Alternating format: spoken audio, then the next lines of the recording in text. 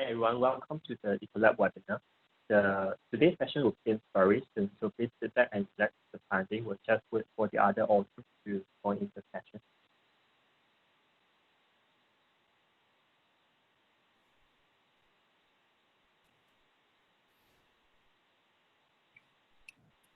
Hello. Hello everyone. Hello here. Wow, so many panels here. All right. Hello everyone, welcome to EcoLab's webinar series. My name is Ryan Jin, and I'm leading the Smart Cities and Future Mobility effort at EcoLabs Centre of Innovation for Energy, or EcoLabs for short. I'll be hosting this session. A very warm welcome, good morning, good afternoon, and good evening to everyone. EcoLabs, jointly established by Nanyang Technological University, Enterprise Singapore, and Sustainable Energy Association Singapore, aim to build and accelerate tech energy innovation capabilities in Singapore to support the nation's future energy transition. This joint initiative aims to help Singapore-based energy startups and SMEs successfully commercialize and scale their innovation efforts by providing them with the following: translational research, living testing, innovation programs, funding partners, and community learning platforms. As the COVID situation is ongoing, we are organizing the EcoLabs webinar series to continue the engagement and interaction with our partners, where we invite industry experts to offer their insight on respective topics. This webinar series comprises of 5 things: Startup series, Insight series, Corporate series, Investor series, and EcoLabs series, each focusing on different aspects of the innovation system. This session is part of EcoLabs Insight webinar series to provide industrial and market insight to understand and navigate the innovation journey in the energy sector. You will also learn about the different aspects of the startup ecosystem, market entry programs, and where to look out for opportunity in Singapore and beyond. Today's webinar is part of a partnership between EcoLabs and KILSA Global, where EcoLabs is partnering KILSA Global on market entry and business management for startups and SMEs who have keen interest to enter the ASEAN and Korean market. KILSA Global is a market entry execution and business management specialist that helps innovative businesses accelerate their business expansion in the Southeast Asian region. KILSA Global ambitions to be the market entry platform of choice for companies for their business transformation, globalization, acceleration, and funding. Apologize for the plane flying in the background. I'm living pretty near to the Shanghai airport. So today's webinar titled EcoLabs, the importance of market entry services in times of COVID-19, jointly presented by Nakul, Naphade, Lead Energy Efficiency at EcoLabs Centre of Innovation for Energy, and Sean Tan, Managing Partner at KILSA. In the session, they will do an introduction of EcoLabs efforts and programs for market entry and highlight KILSA collaborations with EcoLabs, with special focus on KILSA service offering on market entry and business management for startup and SMEs while entering the ASEAN and Korean market. You'll also learn about how KILSA collaborative platform helps companies gain access to new markets through some case studies. Nakul leads the energy efficiency vertical at EcoLabs. His expertise focuses on analysis, technical due diligence, pathway identification, and business development of sustainable innovations in clean energy systems. He is also experienced in developing technology roadmaps and sustainable development strategies, and has contributed to the publication of the Super Low Energy Building Roadmap for Singapore. Sean Tan is the managing partner for KILSA Global, based in Singapore, with a total of 20 years of working experience.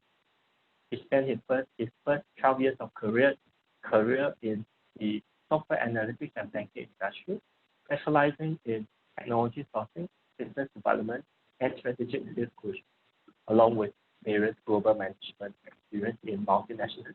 He pursued the entrepreneur journey till today. A gentle reminder to all audience, at the end of the presentation, we'll have about 10 to 15 minutes of Q&A. So if you have any questions, During the presentation, you can put in your question in the Q&A button or raise your hand so that we can unmute you to voice your questions during the Q&A session. Now, without further ado, we would like to invite Nakul from EcoLabs to give an introduction on EcoLabs efforts and program for market entry. Nakul, please. Thank you, Ryan.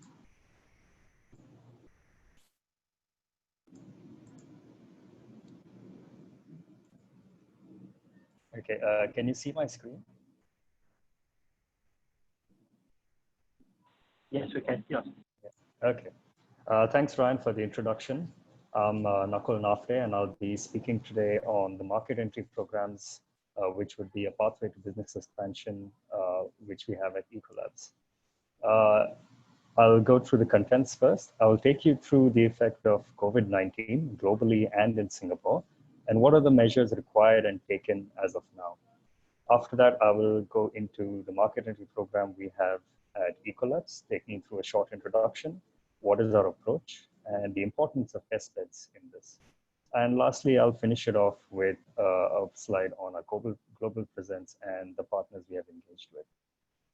So let me start off with the effect of COVID-19 today. As you can see, it is a well-known global pandemic, and it has had a huge impact on all of our businesses.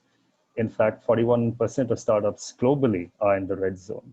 Now, what is the red zone? It means that these startups have 3 months or less of cash runway as of today, which means to say that in 3 months or less, they may be out of business. The effect of COVID-19 has been so severe that 3 out of every 4 startups worldwide have been severely affected. In fact, if you can see on the right over here, about 65% have only 6 months or less of runway.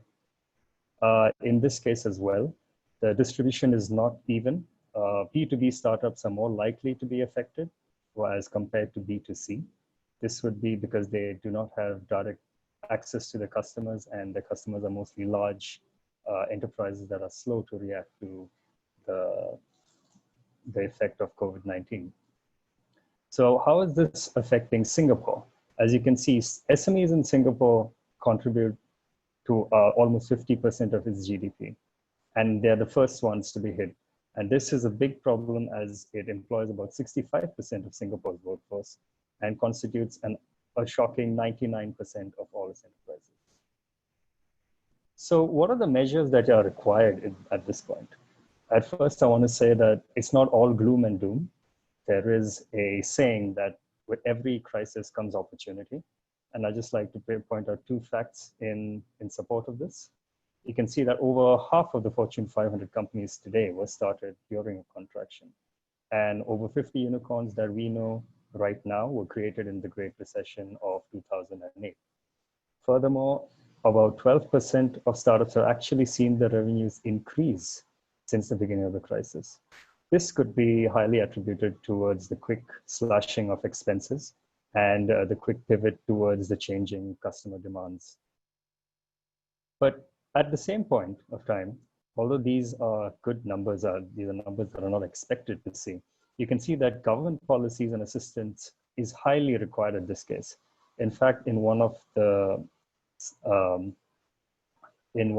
articles by Startup Genome, you can see that only 3% of startups worldwide say that they do not require support of any kind. And 60% of enterprises worldwide are currently receiving assistance or expect to receive government policies. So how does this, let's look at a Singapore perspective of this. Singapore is one of the most export-dependent economies in the world, and right now has no option other than to double down on their trade status. So for this, you would have seen since February 2020, the government has announced 4 budgets that contain a range of measures for SMEs and startups up to the tune of nearly 90 billion Singapore dollars. Out of these, I've earmarked a few that are directly related to SMEs and market entry programs. As you can see, the SME working capital loan has been increased, the loan quantum to 1 million to help in raising capital for startups and SMEs. The Startup SG Equity Scheme the government has topped up 300 million, and the maximum amount for each startup has been increased to 8 million from a 4 million earlier. The EDG grant, or the Enterprise Development Grant, has increased its maximum support level to 90% in support of 3 areas, which is core capabilities, innovation, and market access. The next 2 are directly related to market entry. You can see that ESG's Market Entry Readiness Assistant Grant has been increased. The cap has been increased to about 100,000 per year, and earlier it was 20,000 per year. This grant especially looks and helps for startups to take the first few steps in a foreign market.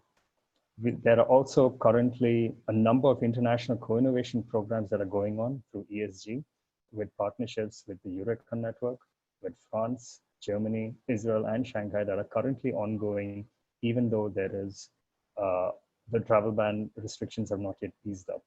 So you can see that Singapore is pushing to show that market entry is important in this crisis, because Singapore depends on the world, and the trade economy requires this allowing of market entry programs. So this is what we do at EcoLabs. Our value proposition is to accelerate growth and success of clean tech startups in Singapore. We do this through 4 different verticals, you can say. First one would be co-development with the SMEs or startups through capability building. The other one is establishing test beds, not only in Singapore, but across the globe, which will tie in back to our market entry programs. I'll show you that in a few slides down the line. And we have co-innovation drives with our corporate partners through high TRL accelerators and co-innovation programs. But the one that I'll be speaking about mainly today is the market entry program, which, as you can see, is coming on the last vertical, the business commercials. So I would like to take you through our approach to market entry program, what it entails, and what we look for in our partners. So in short, we are here to foster technological innovation and businesses through opportunity identification in foreign markets and in Singapore through discovery tours and learning sessions. Now, we look at this through a view, and we see it through 3 steps. First one being channel partnership. This is mainly for startups and SMEs that are slightly more mature, where they have a developed product and are looking to have commercial access to foreign markets. In this case, our partners are normally on the ground and have deep connections to the local market, where they can bring about access to commercial projects, or could be pilot projects, and to help create testbed infrastructure as well. The next one is soft landing services. This is primarily catering to startups and SMEs that are slightly less mature, where they're still unsure of the product to market fit in the new market. And in this case, we seek to partner with incubators or accelerator programs that help to tailor this market to product fit, and also to facilitate access to innovation events, such as pitching sessions or networking sessions, and etc. The last one is where we, as EcoLabs, would like to have partnerships with research institutes, universities, and institutes of higher learning to create a knowledge exchange platform.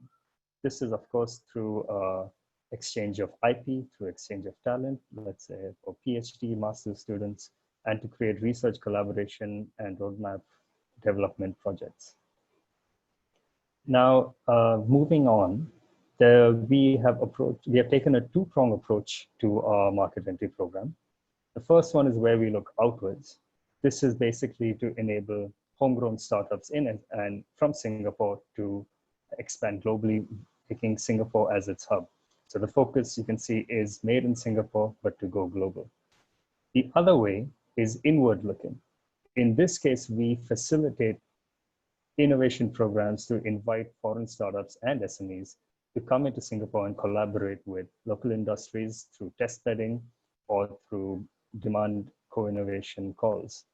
In this case, our focus is to develop the ecosystem in Singapore to be more vibrant in the energy innovation system. Now, both of these together come to our mandate, which is to create Singapore as a launching point for SMEs, whether it's Singaporean or foreign, and to create it as an energy innovation hub. Now, testbeds are a large part of this program, where you can see that testbeds allow startups and SMEs to deploy the solutions in foreign markets or into Singapore in different markets, let's say, and to help them validate real-time data with their solutions. As you can see that we have a few in Singapore, and we are also looking to expand these testbeds all over the world. We currently have 3 outside, one in UK, one in India, and one in Thailand. Now this is our global presence. It's a snapshot of our partners. You can see that we have a pull all the way from the North American market to EU, to China, to Korea, to Southeast Asia, the south of the Southern Asian subcontinent, as well as South Africa. In this case, I need to say that not all of them are purely channel partners. Some of them are there just for market entry, such as KILSA, who will be speaking next, and Steinbeiß. We have other partners such as investment partners that are Chrysalix, and we have others that are willing to help set up testbeds as well, which like for example, in Nantwise in China and Tristar as well. So these are a snapshot of our partners, and it's currently growing, and we would like to invite any of you, those who are interested, to come and to find out more about the partners and into which geography you would want to go into. Please email me and I will get you in touch with the right people. That'll be all from me. Thank you. All right, thank you so much, Nakul, for sharing. I really resonate on your point about seeking opportunities in crisis. I'm sure I have some questions that probably we can discuss together with Sean later. Right next, we have Sean Tan, Managing Partner of KILSA Global. He will share on KILSA's collaborative platform and KILSA. Sean. Yeah, thanks, Ryan. Can everybody hear me? Okay. Let me just, okay, so I think before I embark onto my presentation, I'd just like to say hello and welcome to everybody who has taken your precious time to attend this webinar, kindly organized by EcoLabs. And thank you, EcoLabs, for this chance to share. My name is Sean, and I'm the Managing Partner for KILSA Global. KILSA Global is a market entry execution and a business management service provider, and we've been established since 2015. I think early this year, we had the honor to partner EcoLabs, supporting the sustainable energy portfolio of companies in the area of startups, SMEs, to actually help expand their business locally as well as overseas. So just a little bit of the sharing of my background, and also the purpose of today's webinar is that previously I was working for multinationals, holding both regional and global roles from end user all the way to vendor environment. After leaving corporate, I actually embarked onto this entrepreneurial journey for the last 8 to 9 years. One of the areas, in fact, I found most challenging for a lot of startups, SMEs, is that when the business is ready to expand into new emerging economies, right? That is always there's always a gap, and there's always challenges. And usually, when a lot of the CEOs, when they decide that, the business is ready to branch overseas, is usually when, there's certain calling, right? And that calling could be the fact that they know that their technology is ready. They've been receiving demands coming in from overseas. And that is usually the trigger in terms of why a lot of companies want to branch out into overseas. So, and a lot of you also probably know, right? I mean, accessing into these new markets, there are a lot of important considerations, and things like culture, language, governmental regulation, barriers, issues, your business case. All these are actually very key considerations before people actually go into a new market.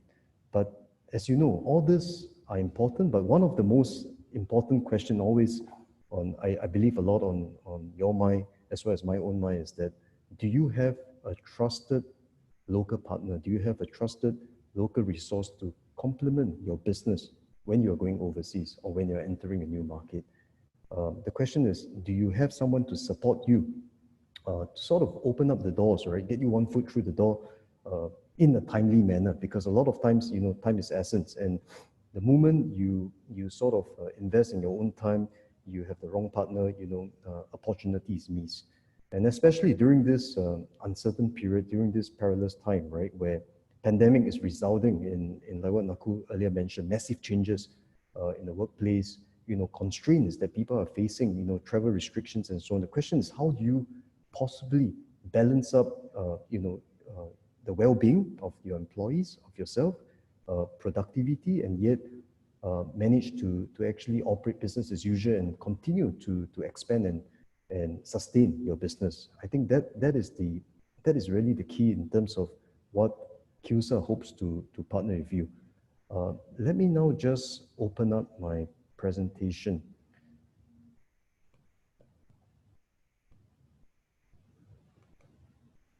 Okay. Before I actually start off, I would also like to say that, after this session, I would really like to hear and learn from, the participants as well, because I truly believe that, whenever anyone were to enter into new markets, the experience is always a unique one. And, sharing of this experience would potentially lead to potential collaborations among us as well, right? Okay, let's see. So as you can see over in this slide, which is a survey done by Fortune to survey the CEOs actually in the Fortune 500 companies. Questions like, when will your business travel at your company return back to the levels before the pandemics? And as you know, a lot of the CEOs actually would say that it's probably never going to be the same, right? Some actually say that, the business travels would probably resume anytime from as early as Q1 next year, the following year, and so on. Then you look into things like employment, all right? Many of the clients that we are talking to likely would have freeze headcounts. Either they have freeze headcounts or they have reduced headcounts. Of course, in some specific sectors, they're increasing their headcounts, but as you know, across many of the companies are hit, and usually they will go on a wait and see approach.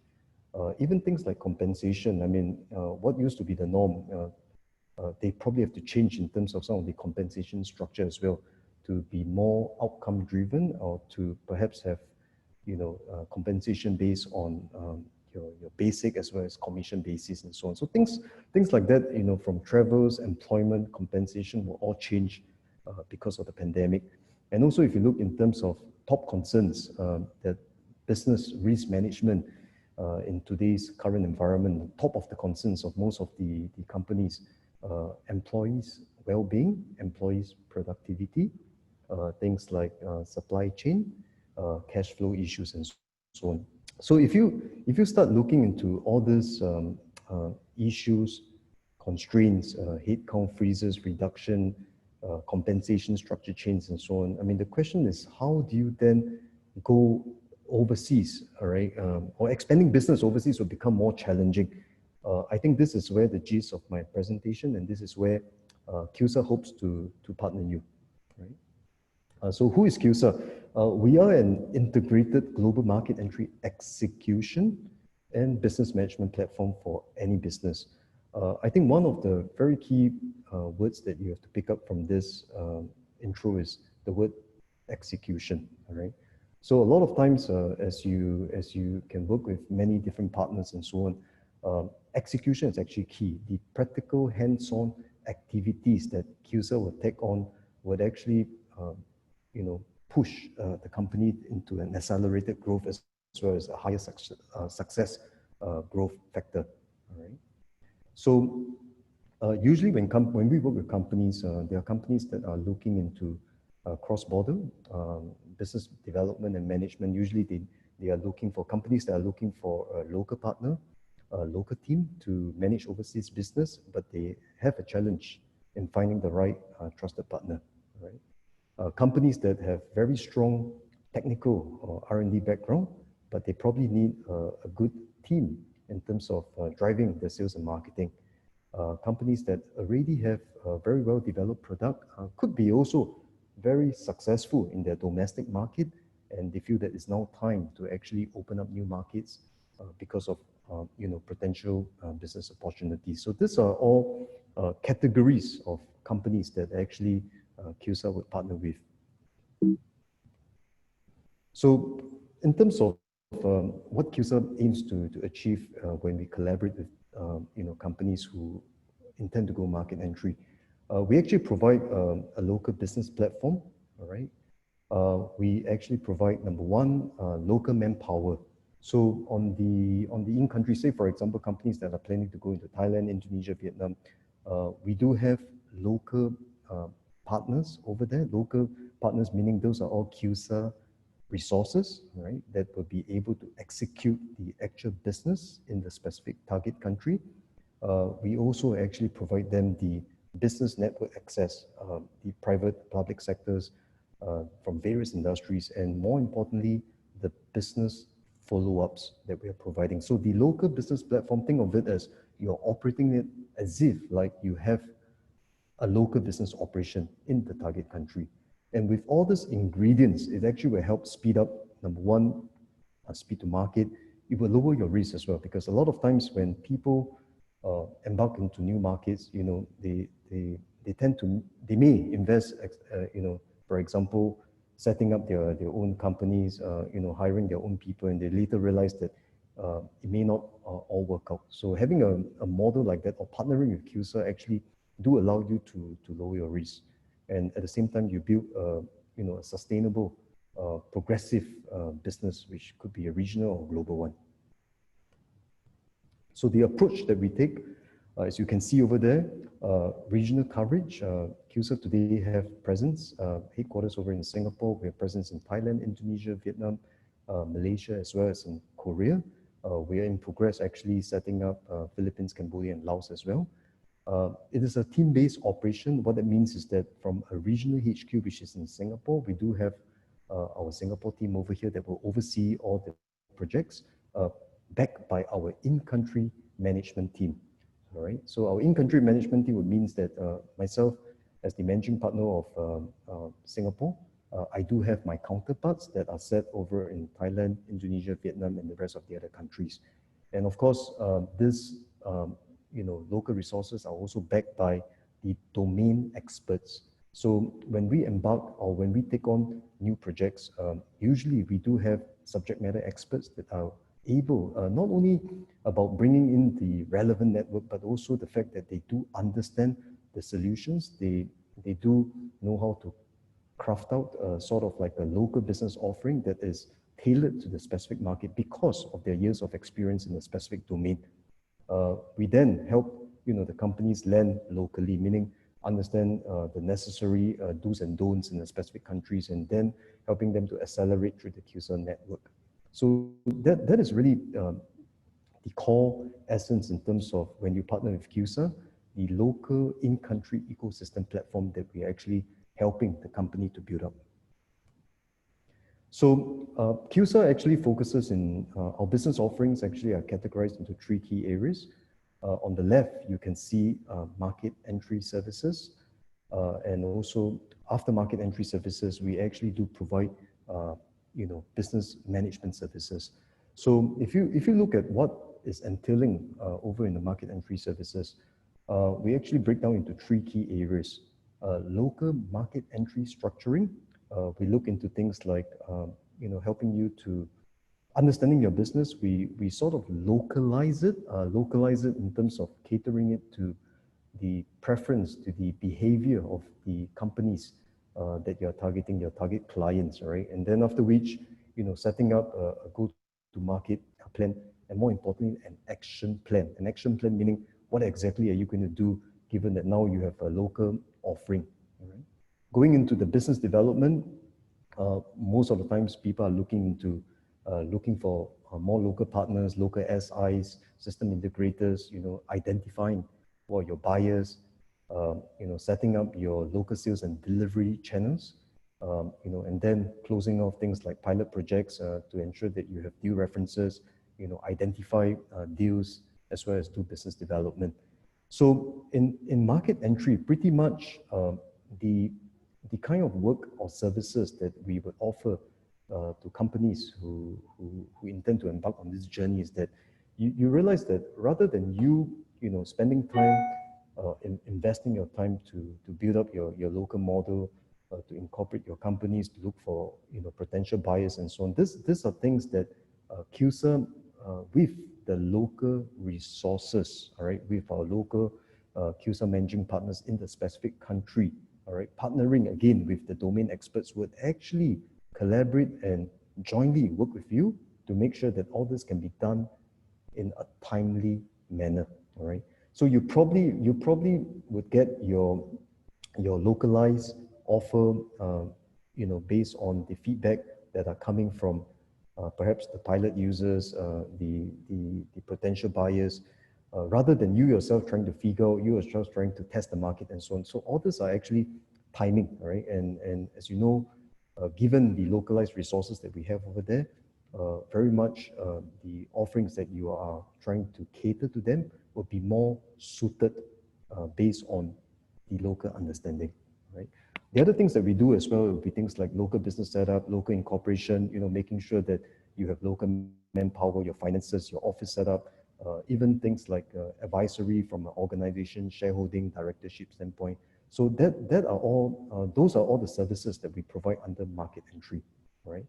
And usually after when we work with companies on market entry, when they have identified, build up their pipeline, embark onto their initial pilot projects, we usually move to what we call overseas management services, all right? And under overseas management services, we again break down into three key areas. One is the local business management. What does that mean, all right? After you build up your pipeline, again, you do need to follow up on existing projects, all right? You do need local resources because, again, the CEOs, the bosses, all right, or the senior management cannot be flying in to follow through or to monitor specific deals unless they migrate or unless they spend enough time there. Nothing beats having your local resources to do all the follow through. And especially during this pandemic, as you know, right, at least for myself, I have not traveled since middle of March, ever since the lockdown is happening. How then do you follow through opportunities that are vital, all right? You do need the local support, all right? So local stakeholder management is another key thing, not only your own internal, but as well as your stakeholders. Local operations fulfillment, making sure that, if you are talking about certain products, involving logistics, compliance, import, export, things like that, all has to be managed and done by the local. Local business development, again, when you have developed a pipeline, you also need to continue generating new prospects and partnerships. And then being sort of like a local setup, that allows you to also pursue things like governmental project, liaison, grants, and so on, should you eventually decide that, you are ready to actually have your own local company over in the target country. And then things like driving things like the local PR and campaigns, those are also very important. Last but not least, the overseas management services also cover direct, indirect investments. Again, we do have network to the family offices, private equity, VCs, and also KILSA do make some discretionary investments, JV models and so on, that we also embark on too. In addition to that, we do partner, example, EcoLabs onto the market entry programs specific to the energy and sustainability sector. Those are things that we do. At the same time, also working very closely with the governmental officers, i.e. in Korea, to actually look into helping companies come overseas as well. Market access actually through our ecosystem. So these are all the different areas that we focus on, that KILSA actually have built up a strong network in government, academic, the investing network, and also across industries that we actually have collaborated very closely with. The areas in terms of technology or the companies that we have worked or we have served would encompass digital, automotive, blockchain, as you can see. over the things like sustainability and energy. That is also another area that we work very closely with EcoLabs, healthcare, advanced manufacturing, food sector. So these are all the different technology areas that we cover, and we do have our subject matter experts that are focusing on these areas. For today's session, I would like to share two key case studies. One is on digital solution and one is on automotive. And these are all the experience that we have been working with companies. I would like to share these two case studies with you. So the first one, 8Wire, the company name is 8Wire. We have partnered them since last year. Business offering, they are like a data integration, data exchange solution. Country origin, New Zealand. This business, 8Wire have been set up for, I think, a good 6 to 7 years. The country of entry, they intend to actually expand their business, Singapore, Indonesia, and Thailand. So prior to working with KILSA, they actually worked with another service company. What they were trying to do is that 8Wire business is very much New Zealand focused. They spent probably 2 years. The CEO actually has been going direct as well, working with other partners as well, and investments in Southeast Asia, mainly Singapore. At the end of the 2 years, they probably have one identified opportunity, but nothing close, all right? After partnering with KILSA, within 6 months, we actually helped them to set up a regional HQ in Singapore, opening up new markets in Indonesia as well as Thailand. That is all within 6 months. We actually established 5 qualified prospects, and out of the prospects, 2 deals actually to be closed. And the reason for this, is that KILSA actually put in dedicated in-country resources. So in the countries that they were expanding into, the target countries, we actually have in-country local PMs. We have a good dedicated regional pre-sales that is able to cope with all the technology requirements, technical requirements, and so on, and also a regional AM to actually manage stakeholders. Leveraging on the local resources, that actually helped 8Wire to minimize business travels. At the same time, even with virtual, telecommuting, online communications, we were able to optimize and help them to actually gain traction in the respective markets and leading to deal closures for the company. So this is the very first case study. The second one is a Korean company. It's called mBiome. This is actually eco-friendly. It's a biotech solution for automotive. So what they do is that they develop coating materials, they develop sanitizers specific to the automotive industry. They are actually a Hyundai spin-off. CEO actually intends to expand his market, Singapore as well as Indonesia. So what they were doing before, they were very successful locally. They have a good domestic business in South Korea. CEO spent probably over 3 years in terms of direct business development and investments in Southeast Asia region. The way they've been doing it, very much participating in the roadshows, exhibitions, and a lot of times government linkage, Korean agents, you then go overseas to do your roadshows and so on. But again, very transactional inquiries and no identified opportunity.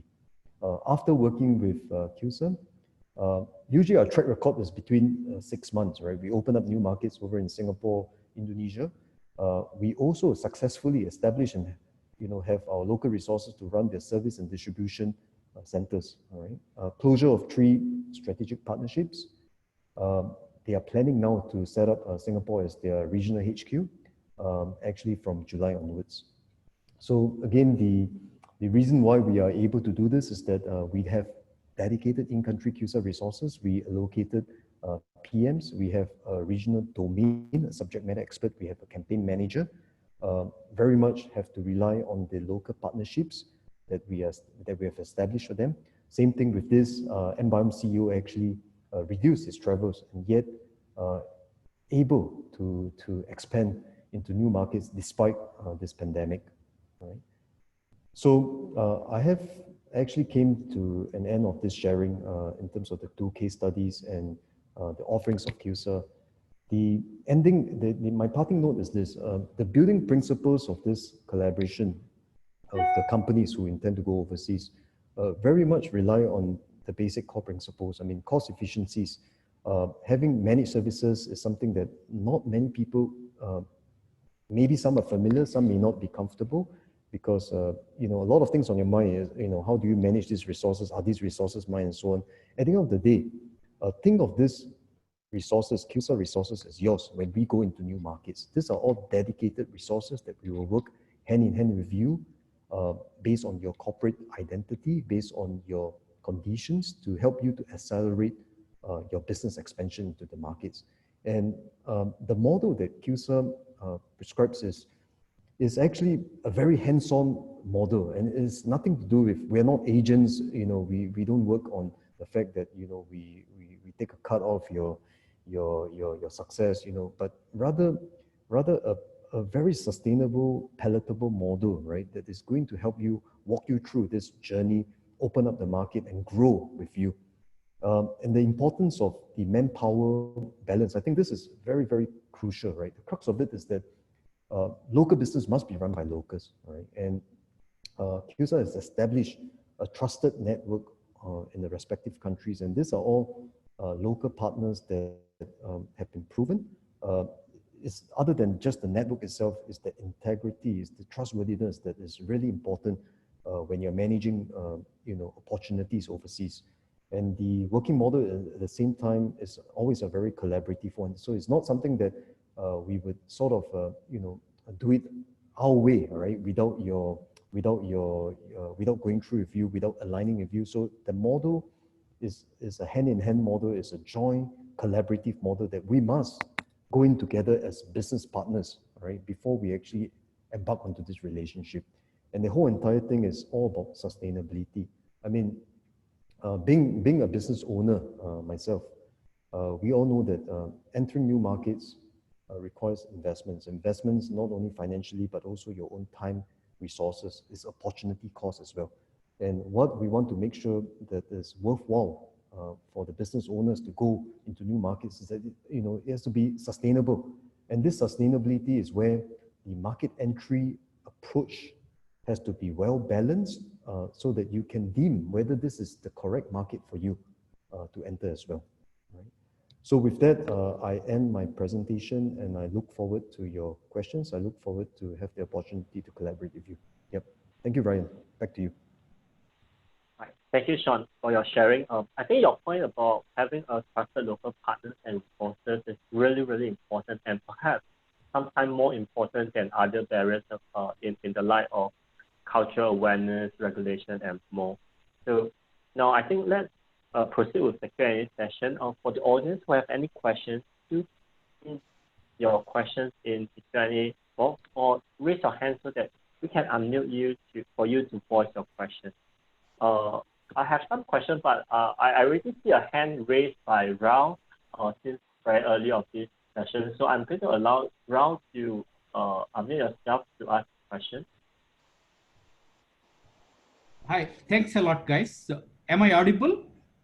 Yep, we can hear you. Great, okay. Nakul and Sean, it's really extraordinary talk by both of you. Okay, since I didn't meet both of you before, I'm a Singaporean working in Bengaluru. Okay, I'm the CEO of Bengaluru Airport City Limited. Okay, that's 100% owned subsidiary of Bangalore International Airport. It is a multinational company, 54% owned by Fairfax from Canada and 20% by Siemens. So we are an innovative hub. In fact, our touchless system, contactless systems has attracted 6.4 million viewers recently, one of the highest in the world recent times. And we are the fastest growing airport on this planet Earth. And as per Oxford Economic Research,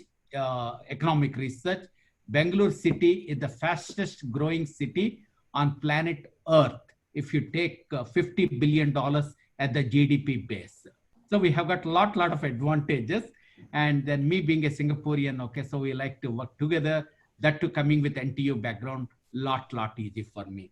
So is there no question? I like to welcome all of you to use ours as a springboard to grow in entire India. After all, we are giving a market of 1.35 billion. And our credibility, since we are also partly owned by government of Karnataka and government of India, it comes with a lot of credibility. So then, be it technology, some of the focus areas Sean has shown is really good. Similar areas we are looking into it in Airport City in terms of having the MNCs here, be it biotechnology, be it advanced manufacturing. Recently, we signed deals with a German company for 3D printing. We are doing a central kitchen. Okay, so a lot of Singaporeans are coming and setting up base here. Please use this as your home. Okay, I welcome you guys. Thank you. Okay. Thank you, Ram. Right, That sounds exciting. For your comment. All right, so we have another hand raised. Hogan, I'm allowing you to talk. You can unmute yourself and voice your question. Hi, can you hear me? Yep. Hi, thanks, Nakul and Sean. Thanks for the very good presentation. I have a question to Sean. So if there are two companies, two very ambitious startups, one is tier 1 technology they have, but they don't have a good language and presentation skill since they are foreign startup. And there is other startup with a tier 2 technology, but with very good language and presentation skill. Which startup would you prefer to work? And if it's the startup who has very good technology but less language and presentation skill, how do you want to work on? Yep. Nakul, you want to take it first? Yeah, okay. So I can help out with this. So if I get your question right, Hogan, there are two companies. One of them has, let's say, tier 1 technology, but not so good on the presentation skills. And the other one is a tier 2. Yes. So where EcoLabs would come in this case would be to do a technical due diligence. In this case, we check which technology, whether it's tier 1 or tier 2, is required in the ecosystem. We have corporate outreach in this case, where we can find out where in the technology architecture it can be slotted in. With regards to presentation skills and the language issue, this is where we have partners to come in. We have channel partners. So KILSA is specifically from Korea and especially for the ASEAN region. So maybe Sean, you'd like to answer that bit. Yep. No, thanks. So I think Hogan, on the question about language, presentation, all those, I think are gaps that we as partners can come in to help fill up. But I think specific to who do we want to work with, whether is it a tier 1 technology or tier 2 technology, who can be more successful. I think a lot of it, technology is one thing. I mean, today, as you know, we're living in this environment where, why is it sometimes, tier 2 technology can even succeed or be more successful than tier 1 technology?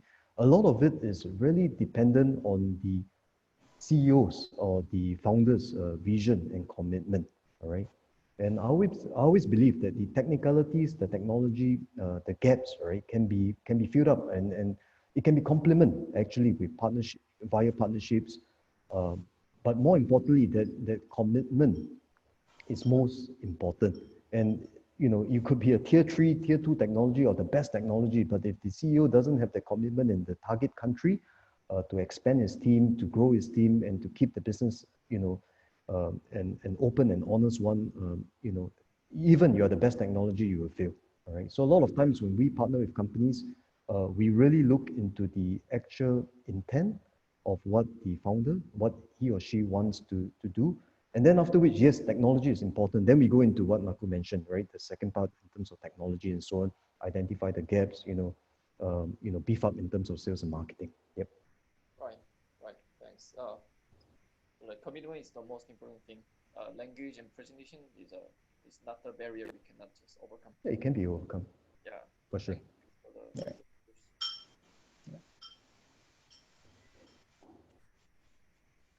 All right, thank you so much. We have a question from Sanjay in the Q&A box.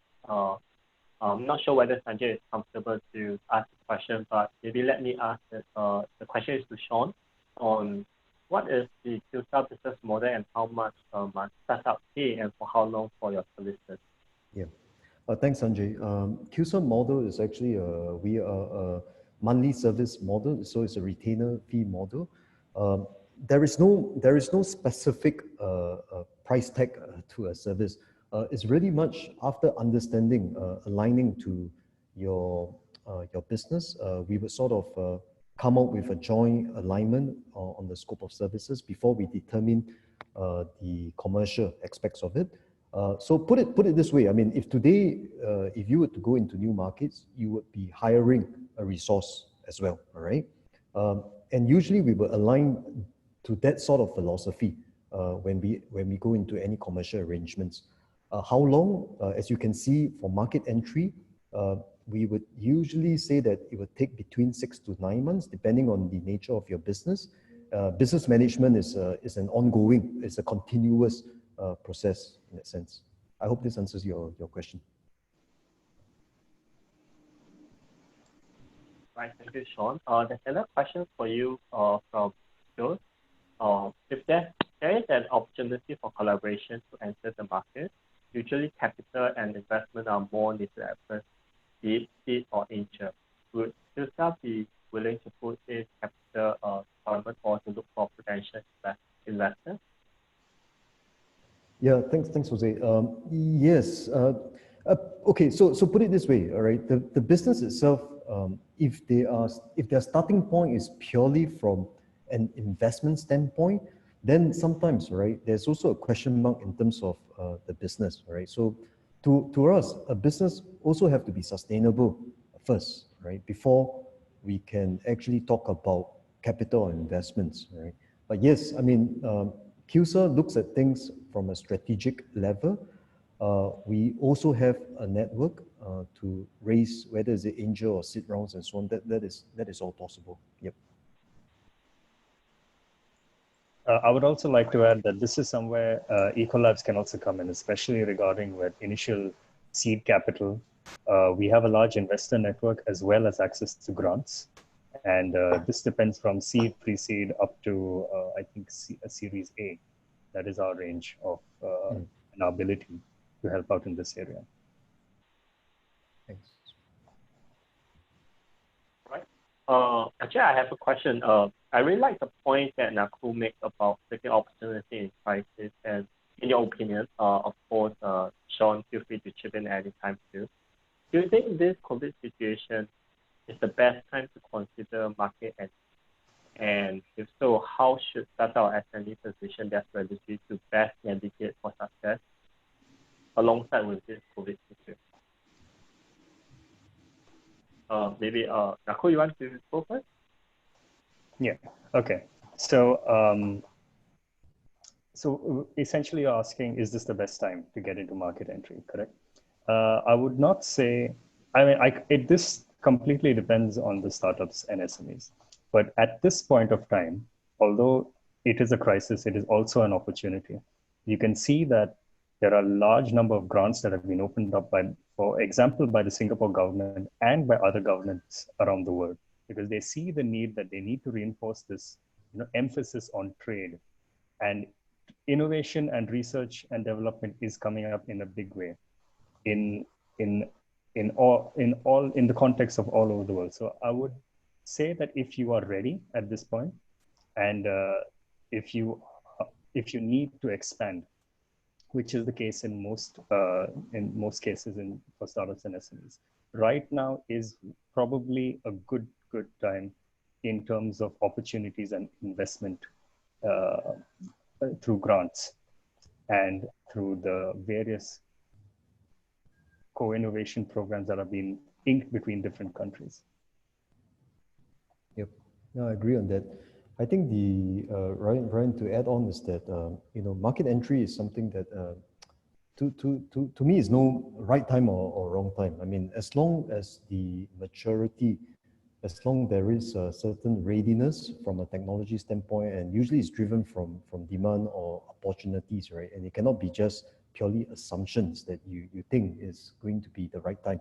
So I think based on that, to build up the local resources, the trusted network in the respective countries is always something that is good.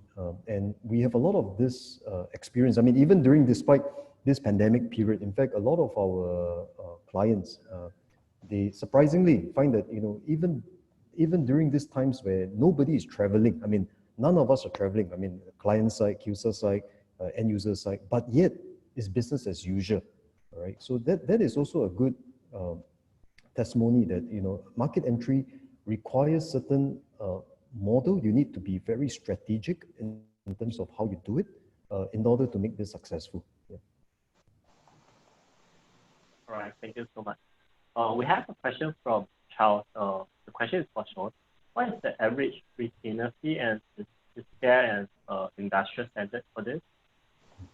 Yeah, so Charles, I don't think there's there's an industry standard for this. As I said, very much is dependent on the, very similar budgeting in terms of when you want to do this yourself, what is the investment, all right, that you'll be putting in order for you to do a market entry. So the way we usually would price it is aligned to the investments that you will be making. So we tend to do it this way because we want it to be business as usual, right? So if you do it yourself, you can weigh the pros and cons, the benefits in that sense, all right? So as I said, it's always aligned to the local resources that you'll be putting in place if you were to do this yourself versus if you were to work with a market entry, a provider like KILSA. Right, thank you so much. To the audience, do you have any more questions for Nakul or Sean? Feel free to raise your hand or type in the Q&A button, or can actually voice your question or unmute yourself to allow you to voice the question live as well.